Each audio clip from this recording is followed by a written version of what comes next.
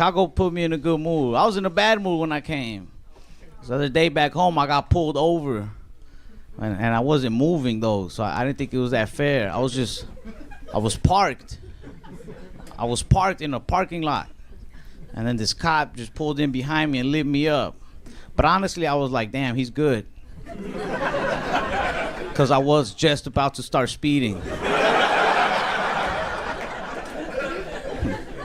He's 2 steps ahead of me. He's going to make detective.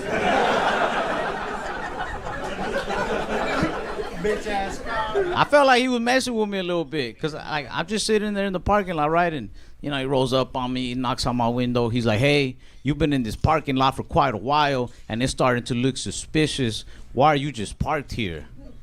I said, sir, this is going to sound a little crazy, but the dude who invented parking lots, this is what he wanted us to do with them.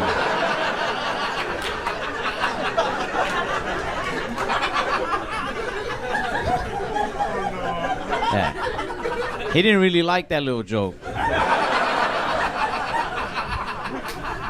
I was like, I'm doing what I'm supposed to do. You should get in your car and try it out, man. Yeah, he didn't really like that little joke. Like, I don't think he was racist at all, but as I said that joke, I could see any love he had for Latins just depleting in his eyes. He started asking me if I was high. I don't like to smoke weed and go out in public, so when cops ask me things like that, I don't even get nervous, But this time, I was pretty high. To give you an idea of how high I was, like I couldn't even focus on the officer talking to me because there was some lady in the parking lot walking around screaming out for somebody named Rocco. She was like, Rocco, Rocco, Rocco, to the point where like I don't know what the cop was talking about. I was just like, what's going on with Rocco? Why is he not answering? Am I Rocco?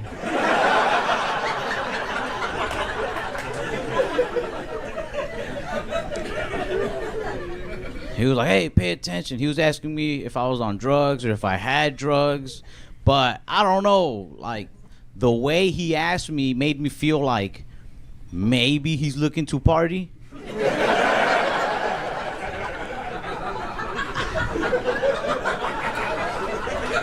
I only say that because cops have an official way of asking things, like cop lingo. They're like, hey, are you under the influence of any drugs? Do you have any substances on you? Things like that. But he didn't ask like that. What he did is he's right here at my window, right? And then he hits one of these. He goes.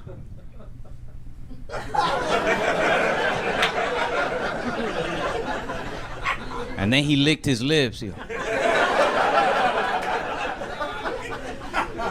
He hit a mean-ass P. Diddy. He goes, you do cocaine?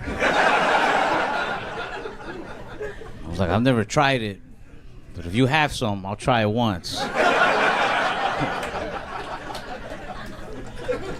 He was asking me for my ID. But look, the whole reason I was in this parking lot was I borrowed my cousin's car to go to the store. And when I got there, I realized I forgot my wallet. So then I just, sat in the car, killed 20 minutes on Instagram before driving home. The whole reason that this cop approached my car was because after he had seen it parked there for a while, he ran the tags. And when it came up under my cousin's name, it showed that my cousin has a warrant out for his arrest. And like I said, I don't have my ID, man. And you don't know how hard it is for a Hispanic dude in a 99 Impala to convince a cop his name is not Carlos.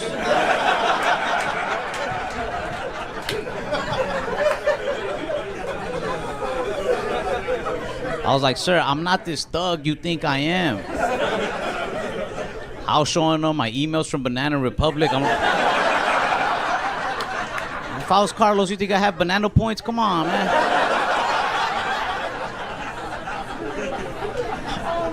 I was like, I'm not Carlos. I'm Rocco, maybe. I don't know anymore.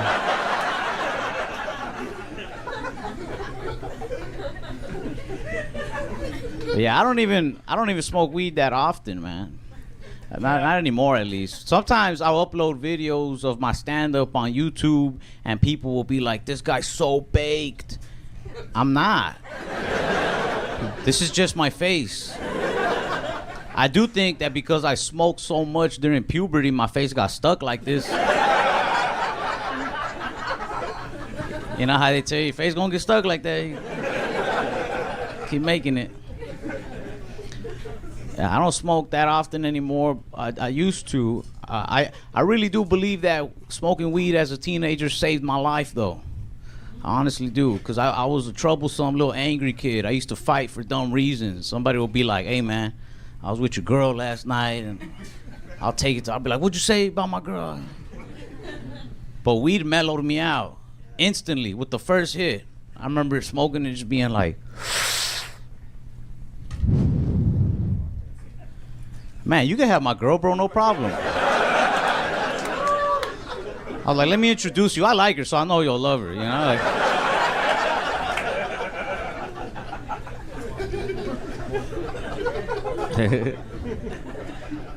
yeah, mellowed me out, man. Yeah, I don't know, man. I started smoking as a teenager, which was cool. I grew up with like the exact same group of friends my whole life. The same friends growing up, like a little group of 6 of us. We're still tight till this day, like brothers. But I always remember right around the time I started smoking, my friends started coming out the closet. Yeah, it's like I said, it's a group of 6 of us. It started with one. He broke the ice. He let us know that he's bisexual. And at that same day, at that same time, another 2 of my friends came out and told us that they were gay. So the remaining 3 of us just kind of looked at each other. Like trying to figure out who's next. I'm not gonna lie, in my head, I was like, damn, what if it's me? It's just mad confusing. You know how confusing it is to be this 15-year-old kid thinking you're growing up in the streets with the thugs, and it turns out, nah, you're just a dude from a predominantly gay neighborhood is all. It threw me off so bad, man. You know what I mean? I'm 15. Half my friends are coming out the closet. It's confusing. I had to have a heart-to-heart with my buddy. I was like, "Paco, you and me been hanging out every day together since we were 7. Do you think I'm gay too?" He's like, "Man, I'll put it to you like this, man." We're in school, so he points at my classmates. He's like, "You see Jessica and Emily over there? If you could have sex with one, who would you have sex with?" I said, "Either one." He said, "Okay. What about John and Jessica?"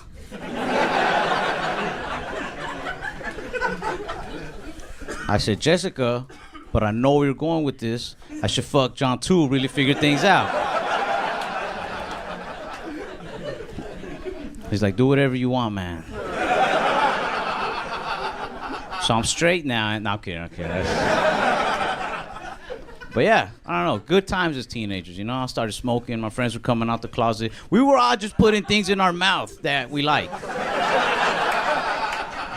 Learning about ourselves. It's cool, man.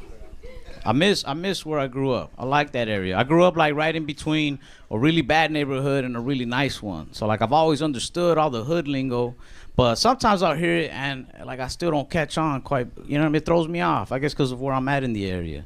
Like the other day, my neighbor was catching up with me. He's like, "Ralph, I know you've been hitting some fat licks off these comedy shows, homie. Break bread with your kinfolk, babies. You know me and you, we go way back like 4 flats on a Cadillac, cuz." I was like, "Man, I don't like when you talk like that, Kyle."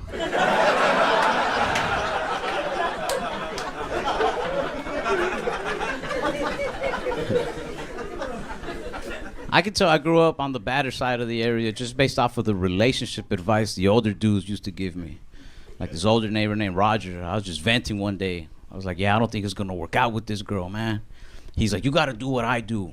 When I'm having problems with my girl, I look her right in the face and I say, 'Look, baby, you can do what you do in those streets, but at the end of the day, the streets don't love you like I do.'" I was like, "I don't think we're having the same type of..." relationship problems there. Like, yeah, I get jealous sometimes, but you, Roger, I think your girlfriend is a prostitute.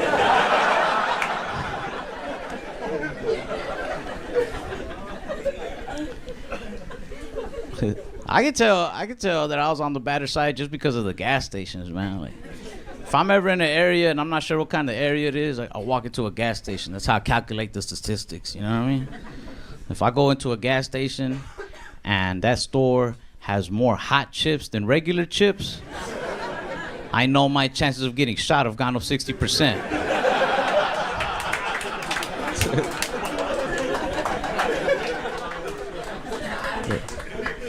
But my chance of getting some good weed has gone up 120%. I had a job at a McDonald's when I was 16. And like I used to get kind of depressed as a teenager. Like I'll admit, I even had a little bit of like that self-hatred, but McDonald's saved my life. After 2 weeks of working there, I was like, nah, I don't hate myself this much. I'm out. I deserve better. I've been going out to eat by myself lately, but I'll take my notebook with me so I can write little joke ideas. And I noticed, like, in different parts of town, sometimes people will try to guess what I'm writing in the notebook. Like, whenever I'm in hood-type areas, people are usually like, oh, he's writing raps. Right? But whenever I'm in, like, a nice uptown Starbucks, then people are like, oh, he's writing raps.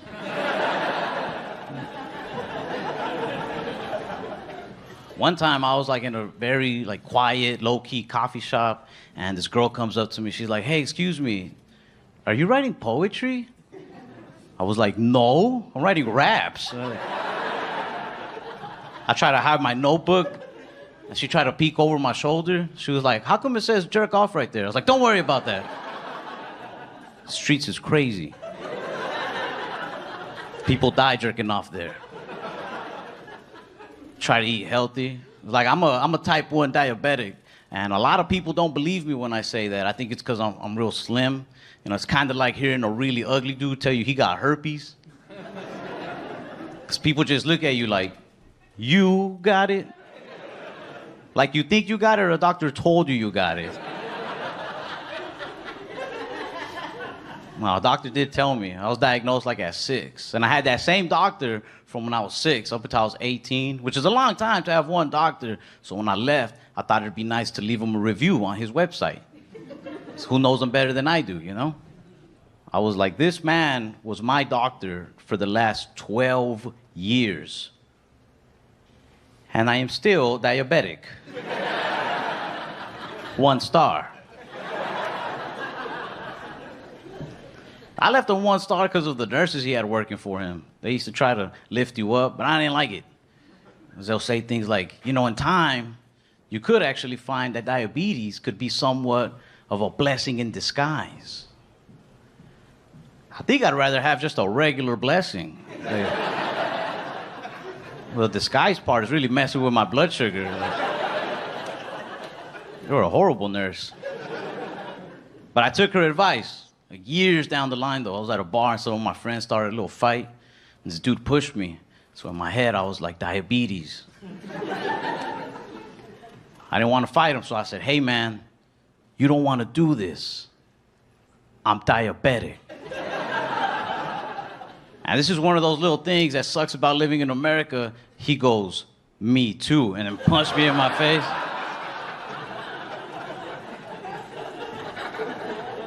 I've never cared about like a weight problem or a diabetes problem in this country, but when that happened, I was like, this is out of control, man, it's diabetes.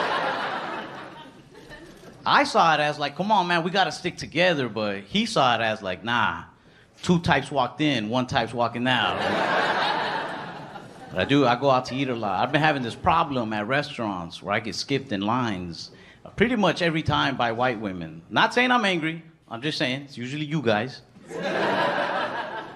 But I don't think it's a race thing. Like, I don't think white women are skipping me because I'm Hispanic. I think white women are skipping me because I'm short and Hispanic. Like, hear me out. You see a 6-foot Latino dude standing in line, that dude has the potential to be tall, tan, handsome. You respect that man's place in that line. But they see me, 5'7" Hispanic dude in line. In their mind, they're probably thinking, he probably works here. I'm just getting in front of like.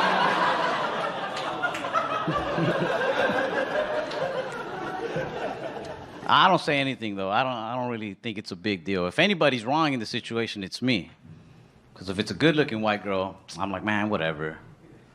But if it's like a white woman that has a ring on her finger, then I'm like, racist. I don't say anything though. I feel like I learned my lesson once. Because I skipped a white woman once. And I got in front of her and she goes, "You're gonna regret that." I was like, whatever. I didn't think nothing of it. I brushed it off. Then like 2 days later, I went to my old neighborhood to visit my grandma, and they turned their house into a yoga studio. I was like, ah. They fucking got me. Honestly, I kind of like when I get skipped by white ladies. Only the older ones, because they do it with like some guts behind it, with some attitude. You know, like older white ladies with the little glasses. They'll get right in front of you and then look back at you like, what? Go ahead, say something. This is a target. Who do you think they'll believe? I'm like, fair enough, fair enough. I don't know where I fit in. I really don't. Like, I can't even hang out with my thug friends anymore. Because we'll be smoking together, and then they like to say cool thug shit, but it'll also hurt my feelings a lot of the time. They get real dramatic when they hit the joint and be like, man, dog, you know, when I think about it, all my real friends are either dead or in jail by now.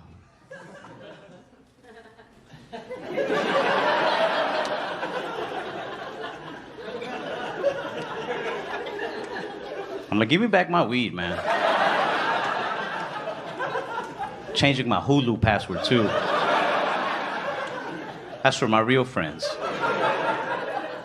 I got like my suburban friends too, but they're like college kid, preppy type people, very cocky. Like they can never answer questions by saying yes or no. They always gotta say stuff like, you know me. That's weird. That is the strangest way to answer a question. Just talked to my buddy James. I was like, yo, James, a couple weeks ago, we were hanging out at that bar and you seemed to hit it off with that one girl, and I've been meaning to ask you, did you two go home together? He was like, Ralph, you know me. You know me. I was like, dude, she's been missing for like 13 days, man. I don't know you at all. My educated friends are trying to get me into politics more. They're like, man, you don't ever see these immigrant stories on the news and get upset. You know what I mean? Because our parents were immigrants. Doesn't it make you mad the way they treat people? I was like, I don't watch it, but I mean, I'll try. Because I get it. Everybody has something to be offended by, you know? Like, and I want to be a part of my people. I want to find something to get offended about. I want to be mad. I was watching all the different political channels, but I couldn't care much. Until I started watching CNN. They were doing this special on China. And now I started getting a little offended, right? It caught me. The first thing that caught me, 80% of Americans don't trust President Xi Jinping. And I don't think that's true, because I don't think 80% of us knew China had a president. Called my buddy Peng, because he's from China. I was like, yo, you guys have a president in China? He says, no. He said, it's more of like a chairman position. I was like, oh, well, I don't trust him. And then I kept watching. They said, the biggest threat to our country is the country of China. And that's where I got mad. Because China has not only clothed and fed me for the last 20-something years, but after every meal, they give me a little message of inspiration. China's my biggest threat? No. I'll believe they're my mom before I believe they're my biggest threat. They start pressuring me to vote a lot. I don't like that either. I miss being a little kid, getting pressured into more human things, like gangs, drugs. You knew which one was dangerous. But with voting, you can never pick a right side sometimes, you know? You think you know, and then somebody comes out of the shadows with some hidden facts that they read online. It's hard to know what's true or not. You'll be like, hey, yeah, I'm gonna go Democrat because I heard they got a good health plan. They're like, no, yeah, they do. It's a good choice. And then out of the shadows, somebody pops up like, but also, they eat children. Oh. Okay, I don't want that. Let me check out the Republican side. And you get the facts on them. Oh yeah, they got a good budget plan. They're really trying to fix up the economy. You'll like it. And then out of those same shadows, somebody pops up with like, but also, they're the ones who purchased the children. Like, I'm good on kids, man. I'm good. I do want to vote. I do want to. But honestly, I want to do it for bragging rights. I feel like one day there's going to be a badass president who legalizes all sorts of cool things across the country. Like mushrooms, weed, prostitutes. Not saying I'm just going to go indulge in all of these, but I would like to think if, you know, by some circumstance I find myself sharing a legitimate blunt with a legal prostitute as we file her W-9. In that moment, I want to be like, you're welcome, by the way. I voted. I did this. Like, it's just scary. Like, you really do got to get informed, man. You can't just make a snap decision. Like, I'm 25, but I don't feel like I'm old enough to vote. You know, like I want to pick a president, but at this age, like I'm still learning how to pick good mechanics. I got my wheel alignment the other day by a dude who guessed the price off the top of his head. I just pulled in. I was like, excuse me, sir, how much is it for a wheel alignment?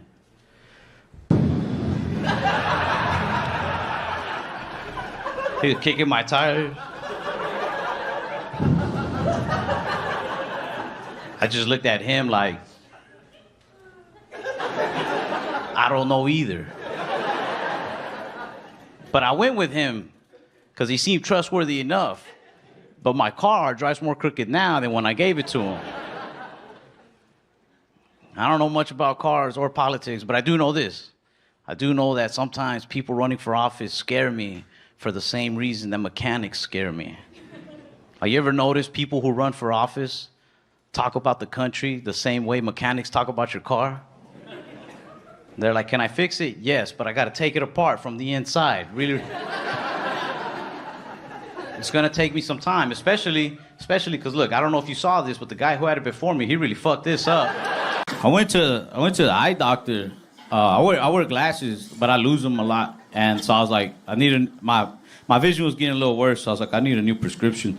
So I went, I did the eye exam, you close your eye and everything, and I was waiting for the doctor to come back in the room to give me my results.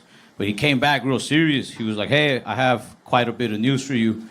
He said, you show signs of diabetic retinopathy, which is where you're beginning to go blind. And he said, on top of that, in your right eye, you seem to have glaucoma. But I was like, nah, I think I just need glasses.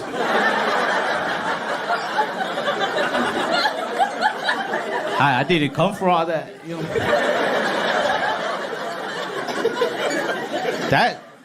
That's a lot to take in. I didn't know what to say. I got quiet and I got real serious. I just sat there like kind of in shock, you know. I was like, damn. And then the doctor broke the silence. He goes, hey, just to be perfectly clear, you know, you're only getting charged like just for the exam. Like, we don't charge you for everything wrong with you. Like, we just, like if that was worrying me, you know, like, I was like, yeah, no, I understand. Thank you for throwing in glaucoma for free.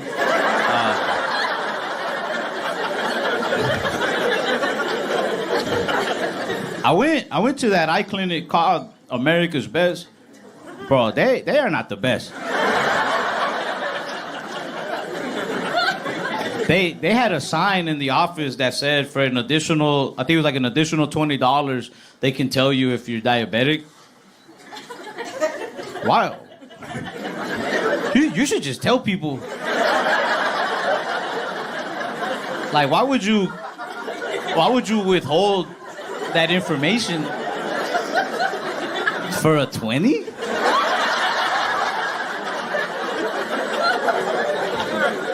Like, I don't know if it's a $20 test or what, but like for a 20, bro, like, that's a thug ass doctor. Like,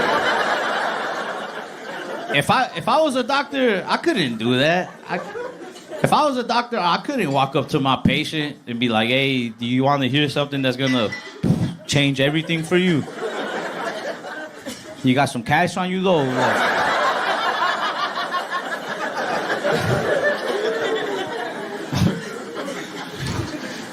Like, I'm joking about it now, but it did make me sad to find out that my eyes are messed up and I'm probably going blind. I think what made it twice as sad, too, is that the day before that eye exam, I had just agreed to be a Barnes & Noble's Rewards member. I'm for real. I was just about to start reading, like, a lot.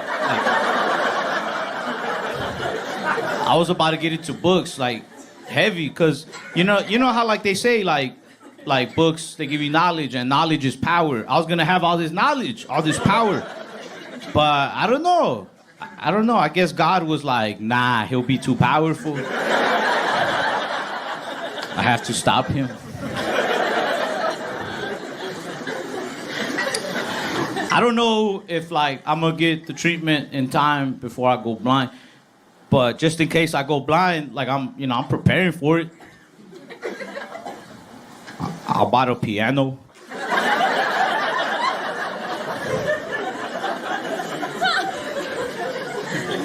Somebody's gotta, like...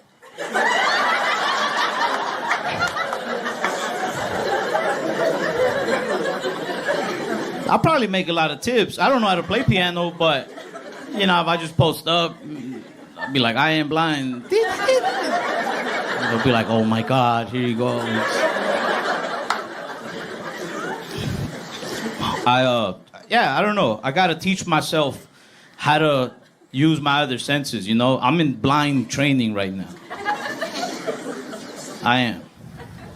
Like, what I started doing just to, prepare myself is, like, every time I wipe my ass, I close my eyes. I'm not quite there yet, but there's been a lot of trial and error. I wish the doctor never would have told me. Like, doctors always give you your bad news, but I wish they gave you the option to hear the news. I wish they would go in there like, hey, I have some news for you. Do you want to hear it? And I'll be like, nah, I'm good. They'd be like, you sure? You could die tomorrow. I'll just die. Like, I'm good. Like, I don't want to fucking know. I didn't want to know that I'm going blind. I didn't want to know.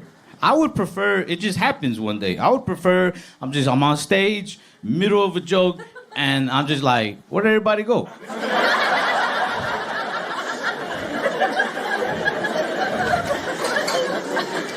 Or I would prefer that I went blind right in the middle of sex.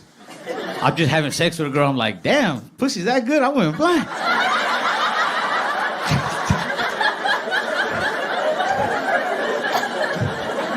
Think about how good it would make the woman feel. She would be so confident. Every partner she has after me, she will be like, hey, before we have sex, like, I gotta warn you. This shit, last guy went blind. So you wanna take this ride?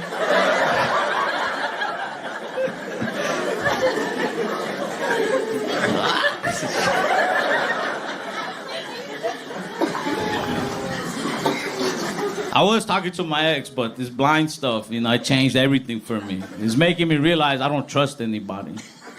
I don't. Because, like, I told my ex, because we'd been hanging out, and it was getting more serious. But I don't want to be a burden to anybody. So I told her straight up. I was like, hey, apparently I'm, like, going blind right now. And I don't know if I'm going to be able to fix it in time. So, if you don't want to see me anymore, like, I'm probably not going to see you soon anyway. If you want to stop hanging out, I completely understand. And without even thinking about it, right away, she was like, no. She said, I don't care if you're blind. I'm with you no matter what.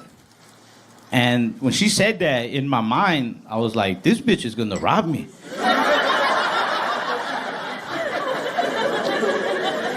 When somebody really loves you, they're not okay with you going blind that fast. Like, she didn't even put up a fight. Like, nah, let's find out what treatment is. Let's get a second opinion.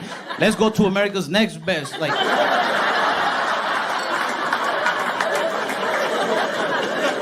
this bitch right away. Close your eyes, baby. I'll take care of everything. Yeah, so you can have me walking around poop on my ass? Nah, I'm good. I'm good. Besides, I'd rather stay single as a blind man. When I'm blind, I'll have no standards. I'll be having sex with whoever I think I'm having sex with, you know? I'll be like, damn, baby.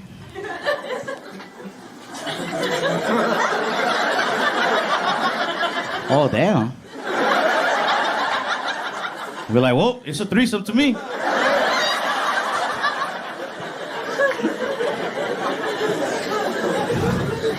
I got my wheel alignment the other day by a dude who guessed the price off the top of his head. I just pulled in. I was like, excuse me, sir, how much is it for a wheel alignment?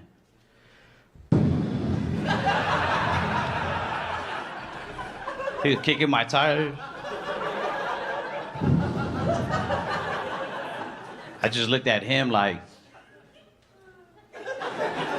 I don't know either. But I went with him because he seemed trustworthy enough. But my car drives more crooked now than when I gave it to him. I don't know much about cars or politics, but I do know this. I do know that sometimes people running for office scare me for the same reason that mechanics scare me. Have you ever noticed people who run for office talk about the country the same way mechanics talk about your car? They're like, can I fix it? Yes, but I got to take it apart from the inside. Really, it's going to take me some time, especially because, look, I don't know if you saw this, but the guy who had it before me, he really fucked this up.